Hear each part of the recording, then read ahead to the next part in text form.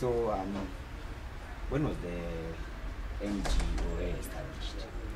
The National Gun Owners Association was registered in 2014, but the application was initially made in 2012. Well, it took 2 years to register. Well, you can understand by virtue of the name. But that's when we got our registration certificate in 2014. Okay. Yes. So how does one qualify to be a member, and how much does it cost? Okay. Is there like a fee? Yes. The only qualification for one to be a member is that the person has to be a licensed firearm owner. Okay. And the joining fee is 5,000. There are different levels of membership, but the joining fee is 5,000. Yes. Okay. So, with the incidents such as terror attacks that happened, what is the procedure of disengaging from the scene and leaving it to the relevant authority? Let's say this applies to a licensed gun owner. Mm-hmm. Yeah. Now, you realize in a place like that, as a first responder, when you arrive at the scene, your primary role is just to save lives, period. Remove people from danger. If someone needs medical care, take them to medical care. If someone just needs to be removed from danger, remove them from the danger. And once the law enforcement arrives, it is your role to back off and let them do their job, because that is their job. That's what they're paid to do. It is not the role of civilian licensed firearm owners to usurp the role of law enforcement officers. Our job is just to be a help. It's the same way when you arrive at an accident scene. If you're driving or you're walking on the roadside and you see an accident, your job is to help, that fast help, remove the person from danger, get them to hospital. But if the police have arrived and you arrive at a scene, unless they need your help, you have no business being there. Yes, it's the same thing. Yeah. So how do the authorities identify a licensed gun owner? Let's say, for example, it's an active shooter. When there's an active shootout, of course, when you arrive at a scene like that, it's up to the civilian licensed firearm owner to identify themselves. There's a card they carry. There's an identification document they carry, and it's which the police recognize and which they know. So it's up to the civilian licensed firearm owner to identify themselves to the police, to the law enforcement, because law enforcement is easy to recognize. They have uniform. I mean, you can tell. Even a normal civilian, a normal ordinary Kenyan can tell that this is a police officer. So it's up to the civilian licensed firearm owner to identify themselves. Yes. So what challenges are the NGOA facing the firearms licensing board back on tightening use of private gun ownership? Well, we've not faced any challenges. I think the firearms licensing board had its own reasons to tighten the rules, and the truth is, from the word go, laws surrounding gun ownership have been very tight. If you look at the vetting, vetting is very tight. You have to fill in a form, take it to your OCS, appear before the sub-county district and security intelligence committee. Then if it passes, it is forwarded to the county security and intelligence committee. If it passes there, it goes to the firearms licensing board. If it passes there, then you get your firearms certificate. So there are different layers of approval. So by the time you're getting your license, you've gone through an elaborate vetting process. Yes. And that is true for every civilian licensed firearm owner who has a genuine firearm certificate. Yes. So the association, why is the association against the vetting, and yet there have been some cases of misuse of firearms by some gun owners? Actually, the vetting is not supposed to stop misuse. If one misuses their firearm, the law is very clear. The law will take its course. We are not saying that people who misuse firearms, nothing should happen to them. We are not saying that people who are holding firearms illegally, nothing should happen to them. All we are saying, and I do not want to be prejudicial because this matter is in court, is that everyone who has received a firearms license has gone through an elaborate vetting process before they get that license. They've already gone through that vetting already. If you look at people who have gotten their firearm certificates since the 50s, 60s, 70s, 90s, until now, their records are held at the firearms licensing board. And if you look at those records, it shows what process they have gone through to the final process of getting the firearm certificate. Yeah. Maybe you've had this question a million times. But do you think it's appropriate to license security guards to own guns in the wake of what happened, like at Dusi? I think every situation is unique, and in our case, we know that we have a war on terror by virtue of policies we have taken as a country. And I think the Minister for Interior, Dr. Matiang'i, stated last year that yes, the National Security Advisory Council has okayed that security guards will actually be armed. But I think the most important thing is the approach now, how they manage that arming of guards. That is what is going to determine either the success or the failure of the same. And training is paramount. They must be trained, They must each be trained. And of course, the management of that entire arming process for private guards run by the Private Security Regulation Authority, I think it's going to be very paramount that the way they manage it will determine its success. But we have seen what has happened just this week. We saw what happened in Westgate. We have very many private security guards who have lost their lives. Even on a daily basis, they guard us, they take care of us at night when we are asleep, and they get accosted. Several have lost lives. And in as much as the government has stated that they wish to license them, I don't think anyone should object it, in as much as it is an informed decision. Yes. So how are you able to mobilize yourself during the DC time? Well, we have forums as a civilian licensed firearm owners, where if anything happens, it is posted on that forum. And when it was posted on that forum, the idea is if you are in close proximity to the place where the event is happening, just try and be a help. Try and save lives. The bottom line here is to try and save lives, period. So if you're near or if you can make it, just get there, save lives. It's like a car accident.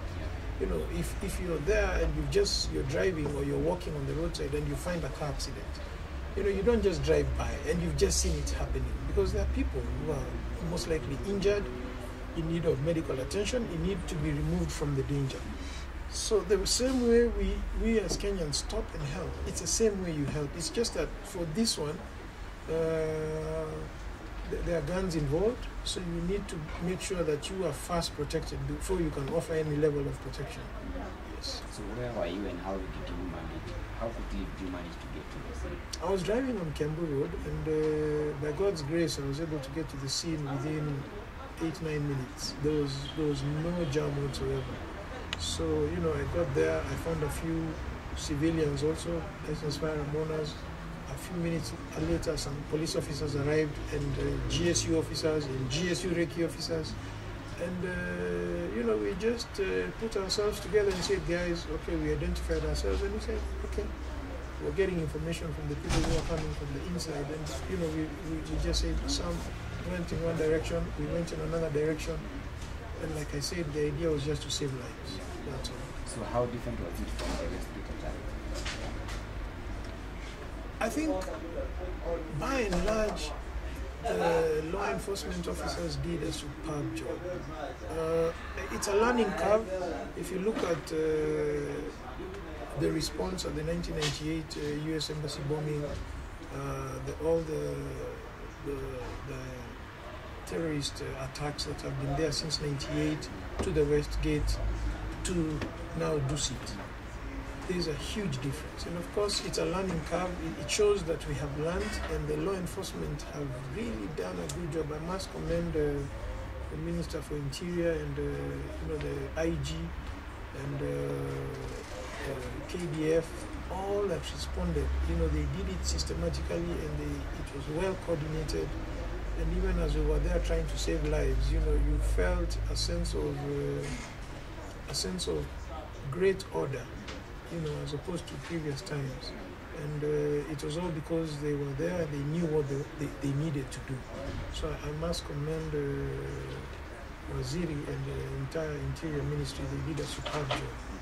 Yes. So, is Steve Mbogo a licensed member? Would you? I wouldn't know. I don't know. All I can say is that he's not our member. Okay. Our member have a strict code of ethics. And, it is not up to a civilian licensed firearm owner to go to a place where there is something happening just to be there. You must go there to save lives. You must be actively involved. If you have no role, if you don't wish to be involved, then don't go. I think that's the idea. As a civilian licensed firearm owner, an event like that is not an opportunity to go and parade your weapons, and it's not an opportunity to go and be a cowboy. And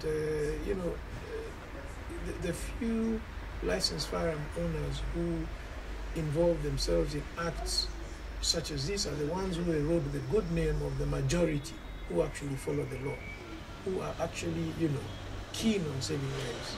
And as a gun owners association, we have a code of ethics which every member must sign and subscribe to. And our code of ethics is very strict. Whether in your private or your career life, you must restrict yourself to the code of ethics. And as far as use of a firearm is concerned, and we have an internal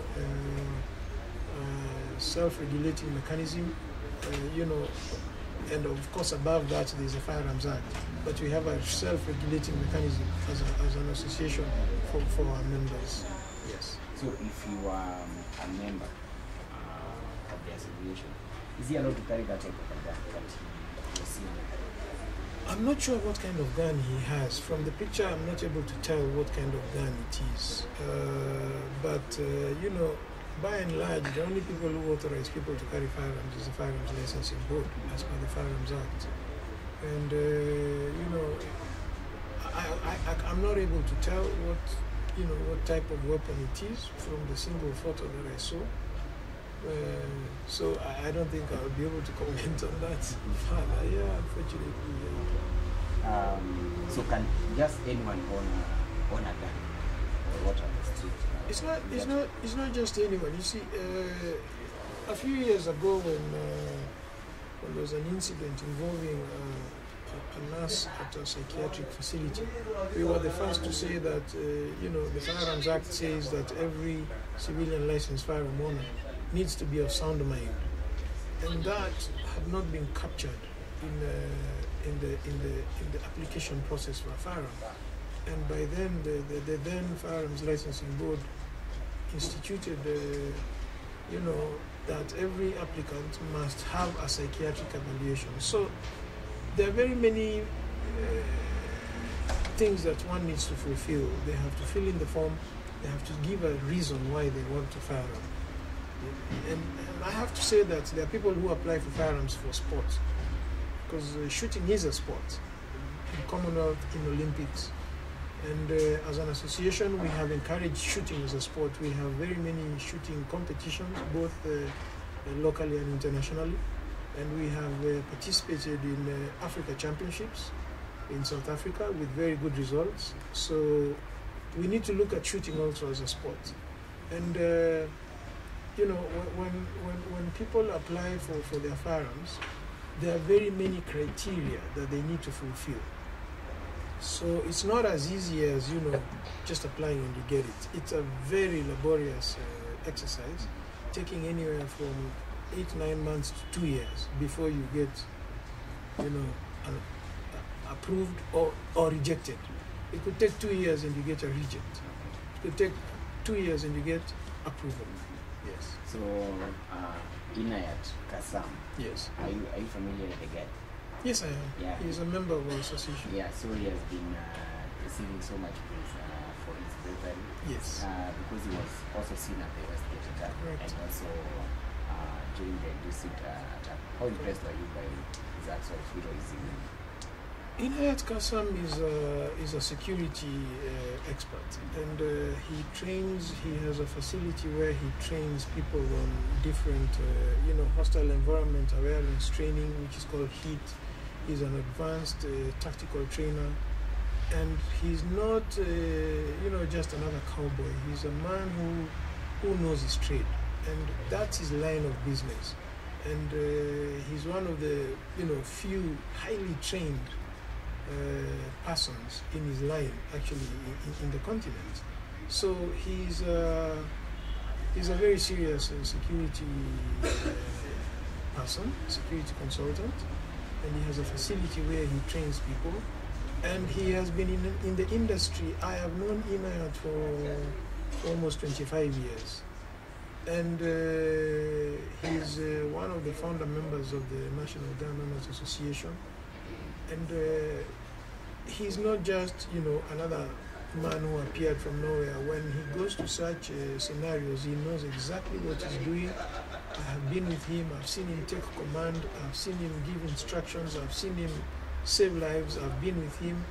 I was with him as well at Westgate. And, we met again we had not talked on phone, but we met at Dusit. So he's a man who's out to save lives. It's in him. That's his bloodline, to save lives. Yes. So many people say that he deserves a head of state commendation. What's your Even bigger, I would say an MBS, not even a head of state commendation. That's a man who has saved lives. But Inayat, the way I know him, that's not what he goes for. If he gets it, fine. But that's not what he's after. That's not what drives him. And, in Westgate, I think his photos were seen everywhere. He did not get the HSC. I think for us, what drives us is not human commendation, but commendation from God. Yeah. I think that's the best way to put it. Anyone appreciates when you tell them well done.